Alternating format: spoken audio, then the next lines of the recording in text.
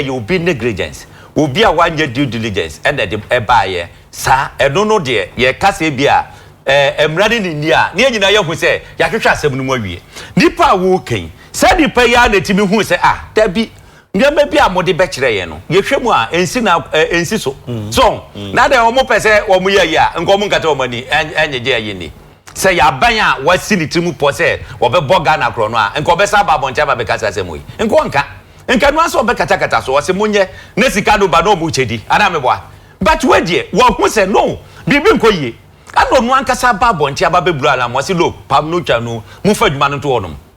adjuma na mo de ato wono ye nhwehwemu se ba pa se ndada pa na mo de be dada Ghana ade emra enso so ani mo be dan ebedi etiminim se mo yes ade we nyina wi a wo se ye nya international ayi a che se wo so ebom wo express interest ene I think say US embassy in Ghana wo so ade wo anu atum se sade no say you come ye to the last ayi so wo ne tie no enti enya ade a aban ebeda wo ho so na betimodudu sumu de o mo kika enu no kokosi hefa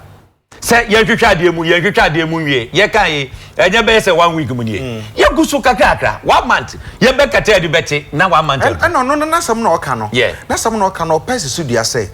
nipa bi so na nam enya se bi a PDS fo no ene adwumaku a ewa manone no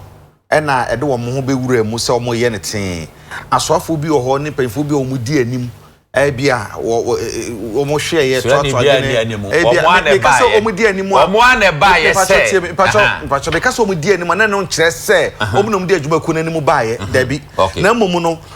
bia o mo ya so afo mo asoe ho nyina mo hoden asoe ho enti no bibi se ba eso mutumi mu sa de we ne ba na mo hwehwe mu kwa kire no mo hwehwe mu ye ene na so obi anhwehwe mu ye na kokoba se nipa anka eso mo ye sa adwuma no no mo ntumi anye no o mo kwatena nchen na ntumi ahwehwe mu se na be ya o mo fo mo hwene nwuro nhwehwe mu no mo ye no sa nipa na nso na hu se no ade na mo de ba ye no ye hu se ntwa ye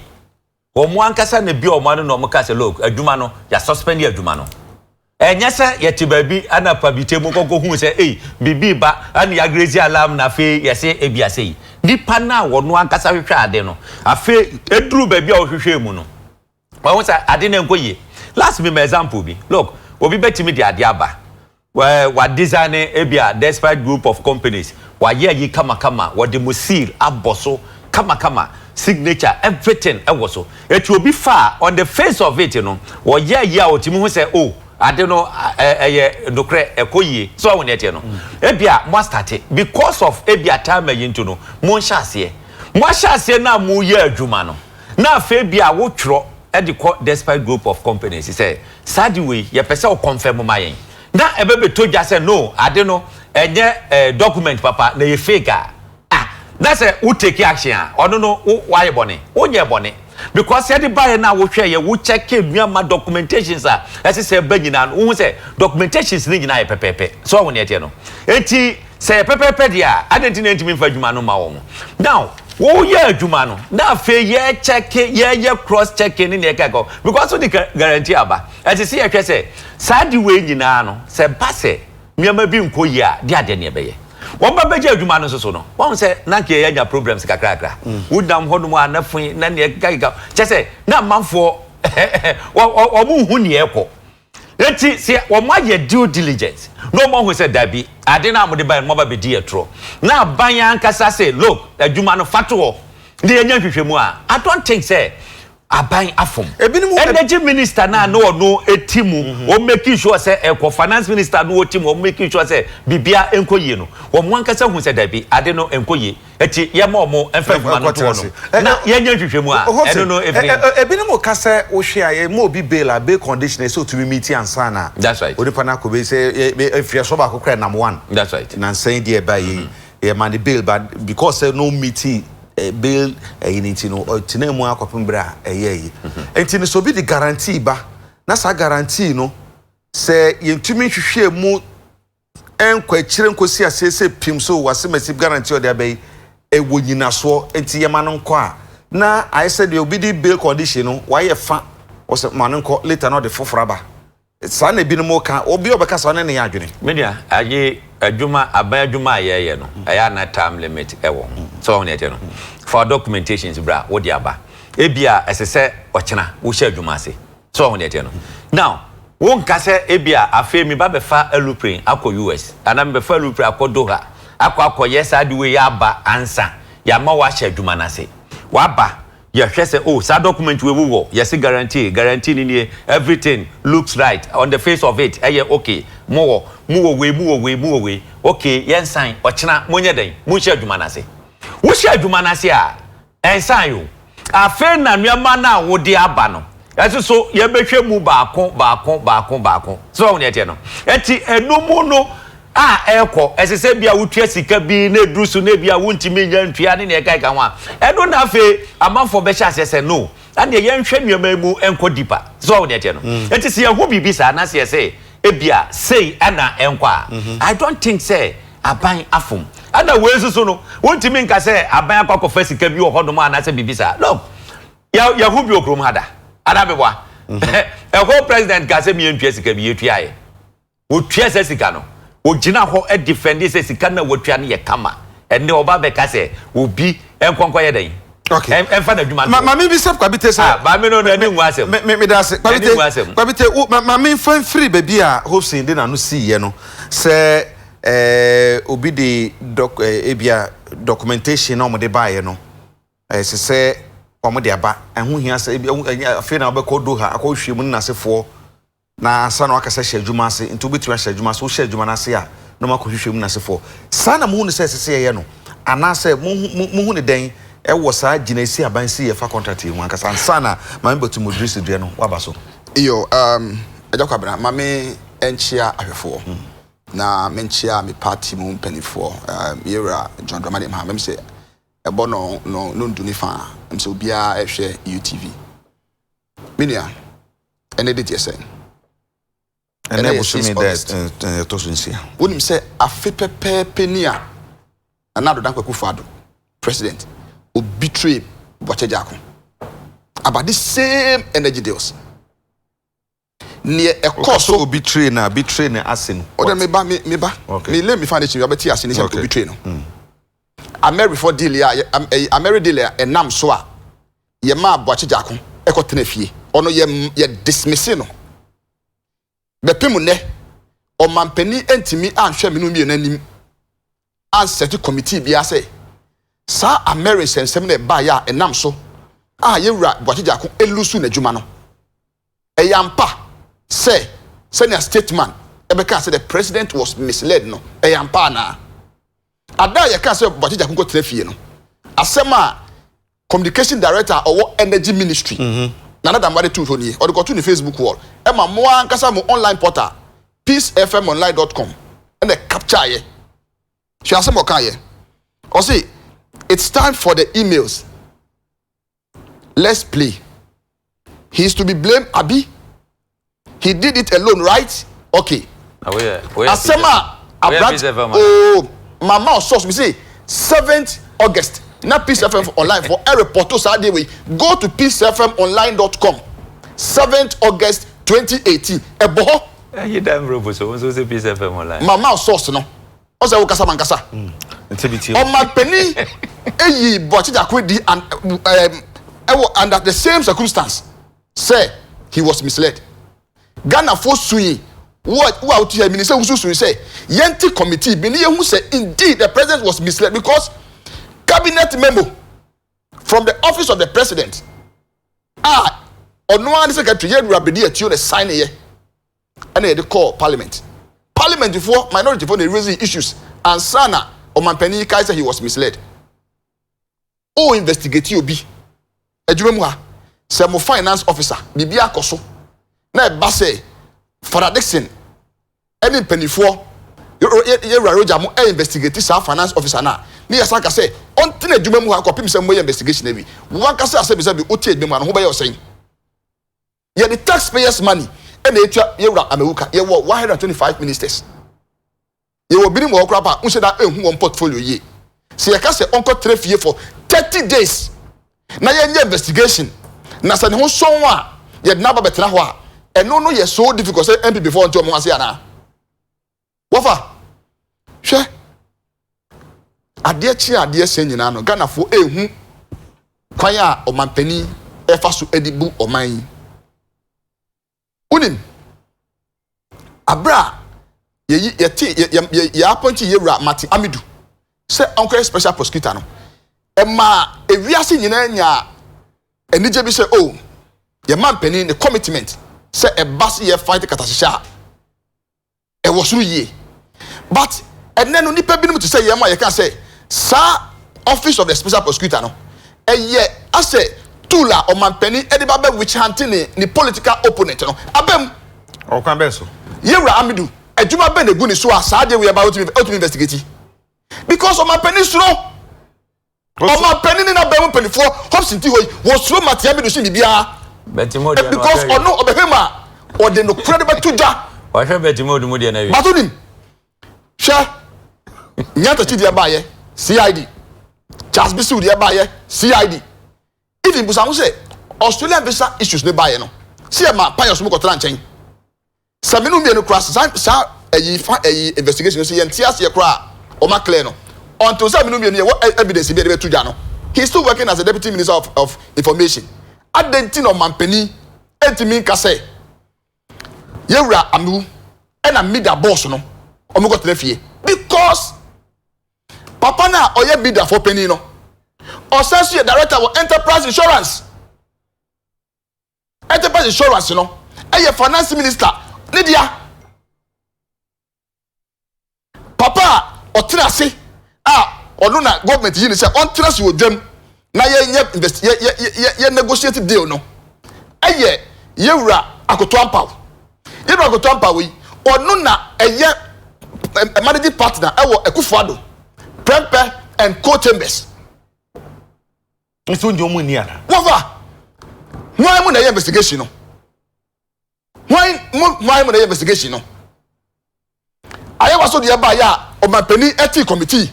say o investigation we pim ne wotimi de betuja ama mate bia na what is a guarantee say one mom ko say adwuma we no oba ya adwuma abra ye wo obi a ye fe no special prosecutor ye taxpayers money twaneka ye wo shrage wo memoa why are they afraid to use the special prosecutor because one mutu beki na de be say so big ko jaw ko hwe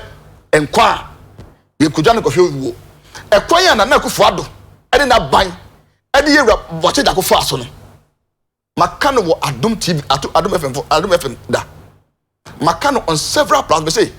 say wo man papa ne chewa esumu ebetu na Akufuado ne na ban we e wo energy sector no because I didn't know what to be nyina so be na wo nti a wo to be ka so ro boche jako e chew pa na ba esumbe na beba because certain elements are wo ye close to omampani wo mo no so wo ye ade anya omampani etimi enyina etimi say abada wo twa wo ma wo frɛ wo na wa prepare mo no ja wo no because boche jako amma kwan manipa bi am manipulate no e wo energy ministry no e na mo kicking it out really I'm telling you and the ni mu mi papa na ma na okwan ama nipa bi a wo mo na yese huruye da bi a moja wo mutim ama mo ya mo ba mu yi o ma mase wo mo ba be fight for Ghana for o mo ba so mo botom ade e channel pa ya social media and na social media executive secretary at large post I would deal with Paris in there hu a we am message post in government and I say what me say o hwe eni ekoso hwe papa yo tie 2016 ye nyina na ye yok gari together ewa he e peli form wo MPP abemu dey bebre wo ho na 2016 na wo no wo na na tv e down ha e na hu wo ma ko lifestyle na oni mi dey yok gari wo ba se o mo be som Ghana for ana so ba so o be pre wo mo ye eti mami boti modi so asem o ka say yes strike minister no wodika me maka odika because Yewura bitamewu e wo say so man peni ayes ready say obeso of fighting corruption na ade wo ye obeso ye get to the bottom de na ni wo si ye tigana ha na semasi na America embassy wo Ghana ha abeka che Ghana for say investigation we no yema ye ni ko hu yi o say American government no is because American government no millennium development goal ne millennium sika emban ye no sika ye kokoji de ba ye no say e den America wo de fi ba ye in America wo de fi ba na say me na diska na ma wo na say me diska na ma wa wie na say bibi ba ho wo na say me se hwe na mo ye hwe mu nko akire a say me dika hwe adenti e na ye din ma ye man pani say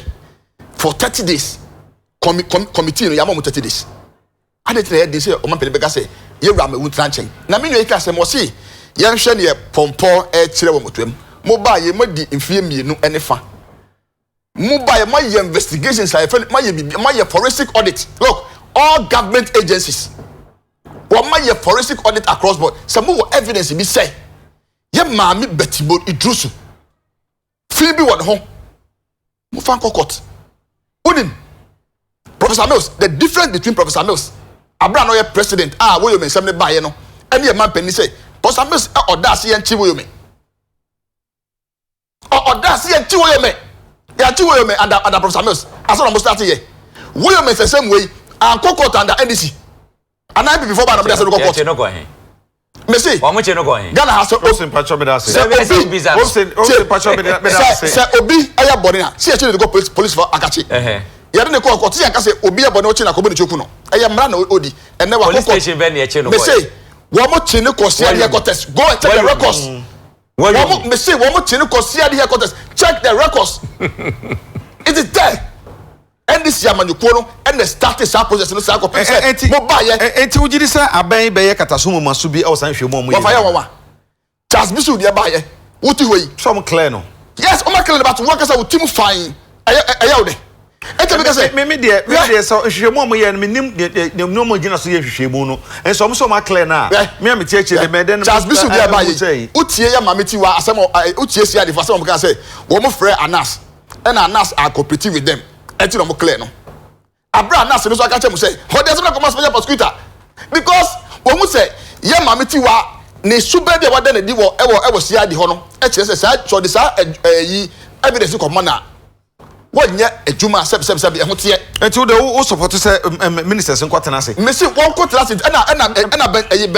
ye Benjamin mida boss no e wo say wo na adwuma to ene ne kire ya go say wo ne sa na say ye no ne me say investigation say so far how far wondering menka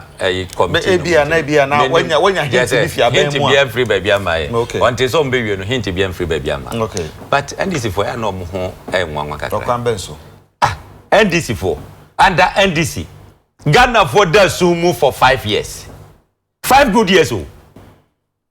under NDC you can say million challenge account who sikai one man stop America fan stop enye je egu for the kopache o and so mo resist ka no eti da se no je gigan aseme no je gigan say ana Professor Mason direct here de eche Jacob na wo ye media ni wayomi yeche wayomi ko police station bay police headquarters was order say no ko police station was the order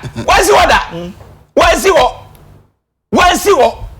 wo mo da ya no e problem ma de je meba wo mo je eyi no wo mo ma sa judgment be first one no wo who said where is bufu ye wo who said the bufu ye e ka se sa akronfo no wo bo betimode din wo se sa akronfo julo betimode e se de no kokot no mo ja no ho no wa kokoye wa de ka sa JJ Warrens what do you know what is here Assemble na mampede da kan fa every amamu hu nyabotre me say woyo me judgment no ba ye na ye say ya clear no criminal charges no ya acquit no di asem na running sanka okroma eno eye court na acquit na say essence aban no person o cover up nti adanse 47 betibo da onu tuaye wo ye ni han kokko tuaye e kina bonte defend ye ankese do omko e mom kokko face charges no ya fa mo anko e ti adanse fo no wo he se adanse fo ni ho dia de ne be ye e si eja president say o ma order say don't pay so who gave the order for them to pay eti aya ma munja sasem nga look me say mete we can say we producer catch me say betimodu say ya be kan wa say me say de me kokko se baye no me say na ma bi we pa ono o pa je say because say woni nam ho Ghana che say ya ye bibia say yi che say obi atimi ye bibia no ko free nti na ka betimo na no o ko fa no he na no da ba be kasa sabre o chensa wo mu a ngo betima kasa eti ma minister wa e bo ne bia na mu fa no kokot court no dey say guso me no ka say 21 cases so nim say court the part 21 from NDC wo mu gina court o eguso kakra ai eko what you say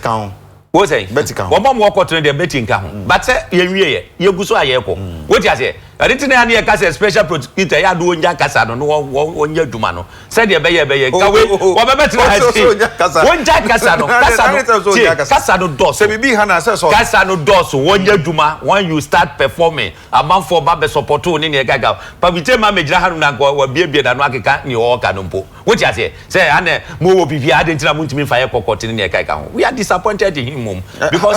send yes say some okay serious say pa disappointed in my special me another me disappointed say adenti ya do court office or how many ayini how many ayino how many cases no dey court wo mo adi kan wo ho no wonim ne ma bi esi wo mo adi kan e wo ho no no through attorney general's office and wo ho no so ho ne etie no etu aba betra ho no ye tua ka ye obibia na se wontimi enya dwuma esese wo ye nkrofo disika pa me hu wan kasa ebra issue ba ye special prosecutor wa hu nyama wo chochoye wa hu nyama wo chochoye so we say ususu say ne hu ni fa so ni free one na me nka se yen ni free but I am disappointed chese I am disappointed okoko yin free one so ya sem foforo enti me de I am disappointed kwesi kwanan kwata kwesi na say ye boka hu no keke o NDC for no bi no no debi say yin free NDC mu ne de no kwata ho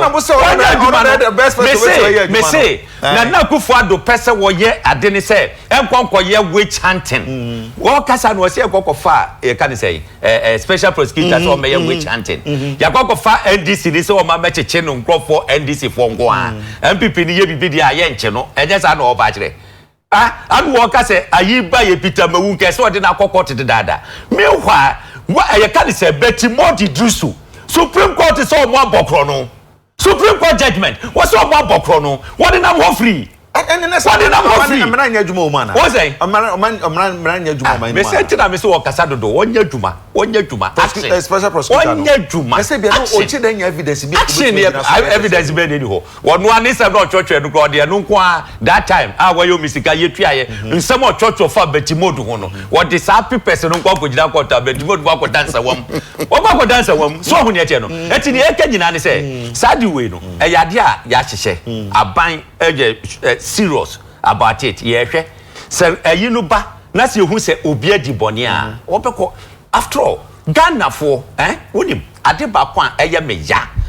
ewo yen Ghana for ho both MPP NDC wonim say Ghana ni eye bibi ewo krom ha a wo benya sika edi agudu botom na watimi edi aboa kromanfo afa youth amomo ya adwuma wo mu benya katua ne ade asiri pa so ahoya otan hunu ne aguni pa na adwuma both sides what you say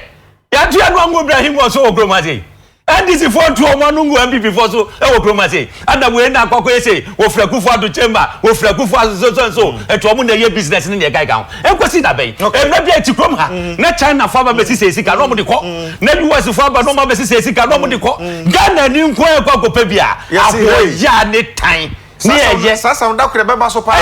me no na betena fia ye be sorry ye bre ni ya be uti ni samo ka na kamia se sa hwehwemu ye ne nema no special prosecutor ni on sheda nyini ni papa ni nasefo na se mo hi chante na mo kan no kra no na sheda nya adwuma we nya hwe mo susu ni sa kwa me ni akwabra bepemu ne yentimi nya committee bia e ma ne fa report me to dwa say indeed, our president was misled in a merry deal. Got the paper, I statement, I Kasama MPP. And Ebeka say the president was misled. Would ye communication director or what energy ministry? Or no one Facebook post or to honor and seconds or sign a papaya. Na piece FM online are picking that. Now you move your picking that. Because here you know Facebook. You monitor ya. Friend another man say asema otude ye ada on the 6th of August 2018 no adete no papa free ho minu ya kasa o say ti America say Bonkata man so won be rejecting no massively the shop bishop won making a numerical say Bonkata man so for M man represent to parliament asema wo kan say wo opposition na wo kan asema we a akabeka say oh our opposition you are privy to all the documents you have mobile power more than 2 years ni ade be na esimu kwan matiame do say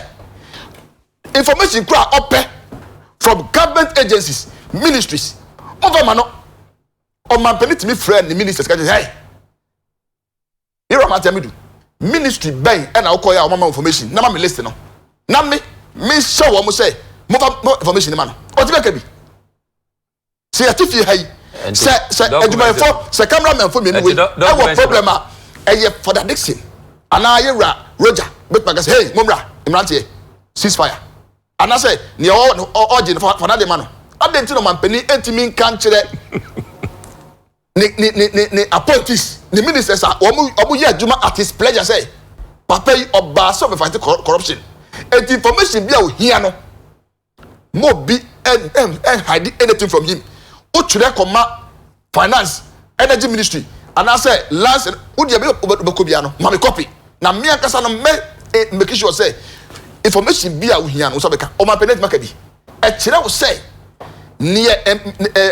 ministers no ye no Wama we nanka ofie no yebu nanka before na o man peni na we nanka niti o kan ma ne ye bet more information o say o ye disappointed o ye national security operative ewo kutoka hwan we of your member o tie ye helps no ye juma wo national security ewo kutoka busa ne say adenti na bepem ne so Supreme Court we busa say Supreme Court ruling no judges do say the tenaso na why and all kind ruling offer copy mra na nyina en kan ne hwe na we are make is it yi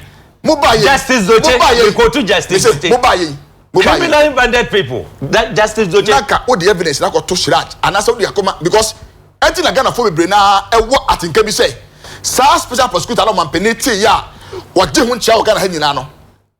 to target the political opponents. No, to me, not say sanet here. Na asema na say omode tata yera ayariga e parliament. Kesika ye kan wasem yo. Ye the PDS amankofo from first match. Bepemo na last week ye je contract film semi. Sika do sen and magije etro memfama government vehicle sen and akodo mo sen.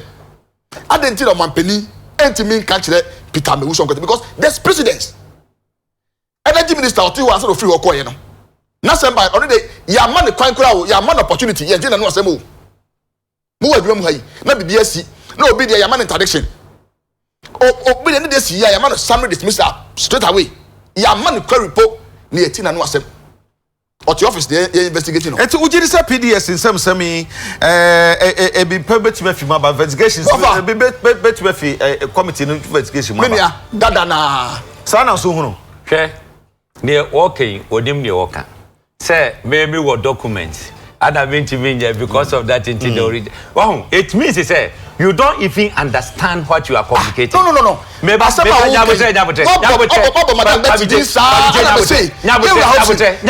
evidence this say mama na your body be what I'm saying is what I'm saying is me I don't prosecute. I don't work as an attorney. But you can assist. I am not a police officer. Be a citizen. Please. Eti ni awoka no. Say special prosecutors who pe document no nya. Betimodu mu document no hwehwe wo. Obi a document o. Asema o ke say Betimodu mu why you be mu document na wo. Adam say. Asema o go say o go di yesi o guys. I no wan say no hwehwe. Obi ayi. Eti de eke nyina de say. Look, this government is determined to fight corruption. Eti enye ni omoti anu mu a omokika kekei. So you should understand what you are saying. Enye Hobson and the kwakwa document akwakwa jina po. All right. Enye system no. Madam Hobson do madam wase. And then the kwabite madam wase. Na asemu ya be ne bere sem person say o man Ghana ye nyina ye nsam ne ye ka. Yenim say PDS nsam semi abansa boso be ba ko no be hwehwe mu. Say hwan de wo say hwan de wo mu ye ndi enim. Nhwehwe mu no ko na wie ya omo de ba ye so benya bi ne akenkan ne agina so se de akade se ye ka bia. Nti ne be twan ne be ka ne agya bi kaja bi amekoso akan sanse asam de eda ho saa ye be di akire saa ne ahwe de be fimu aba na edu ba bi a ye se kan se de sika no berepam ye be di nkoma kwachiri madam asese mu nya bereba na me de aseda ama boafo a eboa na mo no mesra se enkwada ekwochire eye wasi me pacha wasi nkwala na esu nkwada na ya wo mo resource no ya somu no etete nkwada no nkwada di nhuna mane enkwara ni nwinwi ye hwe ne nyahu bibi da cha semunti me din de agya kwabena me ne ohema fie sedu ne de kasebo no ebremo edem ase ema mo nyina mo ene hwe ho ya domo chena ye besenhia